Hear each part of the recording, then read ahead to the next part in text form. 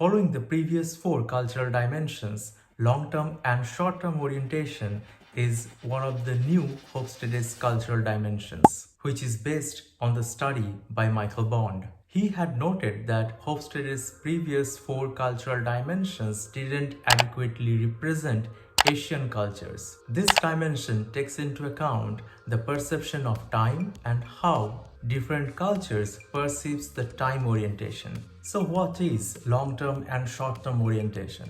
Long-term orientation stands for the fostering of virtues oriented towards future rewards, in particular perseverance and thrift. The opposite pole is the short-term orientation. This one stands for the fostering of virtues related to past and present, in particular respect for the tradition, preservation of the faith, and fulfilling social obligations. Now let's have a look at the behavioral differences amongst the people coming from long and short-term orientation cultures. In long-term orientation cultures, the emphasis is always on the persistence. In contrast, in short-term orientation cultures, the emphasis is always on the quick results. In long-term orientation cultures, the relationship is impacted by the social status, whereas status is not a major issue in short-term orientation cultures. Personal ability is considered to be very important in long-term orientation cultures. On the contrary,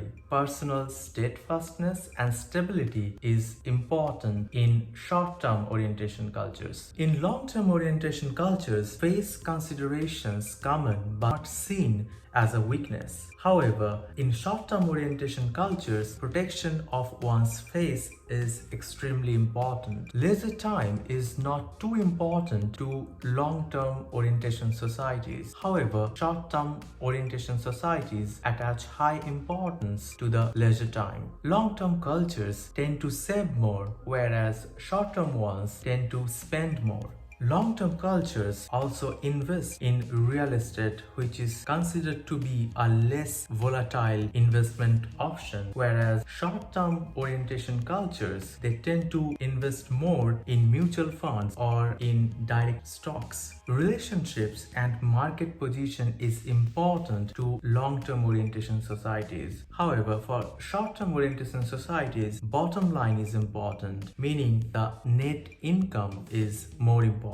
The long-term cultures consider good or the evil depends on the circumstances. However, the short-term orientation cultures tend to have belief in absolutes about good and evil. Now we have a fair amount of idea about the behavioral differences in the people coming from long-term and short-term orientation cultures. Now let's have a look where we would find them. It's quite prominent that long-term orientation is important for the Asian cultures, which focus on the virtuous behavior, whereas by and large the Western countries focus on monumentalism. Now let's have a look at the examples. The first one, studies have found that Indians have a high long-term orientation approach, while that of Botswana is medium to low, whereas in Zimbabwe it is extremely low, meaning a short-term orientation culture. This means for Indians, future benefits outweighs the current benefits, while for Botswana, a good mixture of current and future benefits will be a tenable situation. Whereas for Zimbabweans, the crucial question is, what is there for us right now? This is exactly why many companies in Zimbabwe pay the salary to their employees weekly rather than monthly.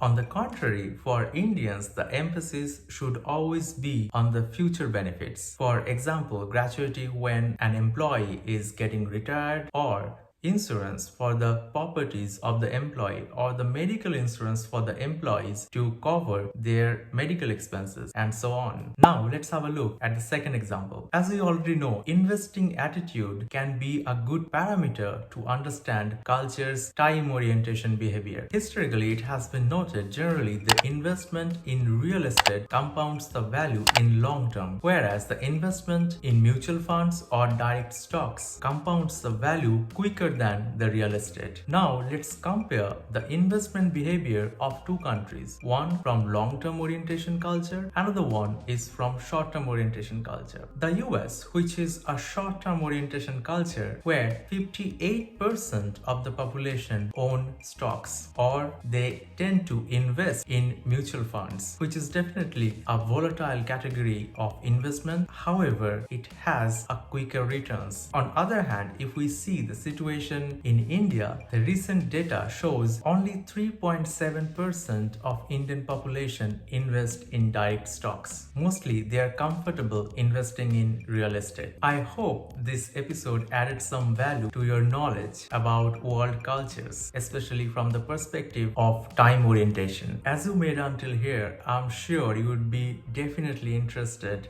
to know the other dimensions of the cultures. You could see them here, and I will see you there.